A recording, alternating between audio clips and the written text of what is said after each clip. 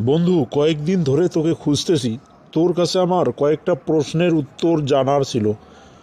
প্রশ্নগুলো হচ্ছে, আল্লাহ তাআলা কোন তিন ব্যক্তির জন্য নিজে জামিনদার হবেন? দুনিয়া এবং আখিরাতে আল্লাহ যে তিন ব্যক্তির জন্য জামিনদার হবেন, তার প্রথম জন হচ্ছে যে ব্যক্তি নিজ ঘরে সালাম দিয়ে প্রবেশ করে। দ্বিতীয় জন হচ্ছে যে ব্যক্তি নামাজের জন্য মসজিদে গমন করে। এবং তৃতীয় জন হচ্ছে যে ব্যক্তি আল্লাহর পথে জিহাদের জন্য বের হয়।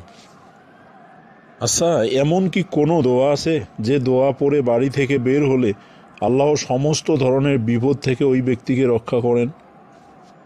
বুখারীর বর্ণনায় এরকম একটা দোয়া এসেছে। দোয়াটা হচ্ছে, বিসমিল্লাহি তাওয়াক্কালতু আলাল্লাহি লা হাওলা ওয়ালা কুওয়াতা ইল্লা বিল্লাহ। আর এই দোয়া পড়ে কোনো ব্যক্তি যদি বাড়ি থেকে বের হয়, তাহলে আল্লাহ তাআলা তাকে সমস্ত ধরনের বিপদ থেকে রক্ষা করবেন এবং শয়তান তার কাছ থেকে দূরে সরে যায়।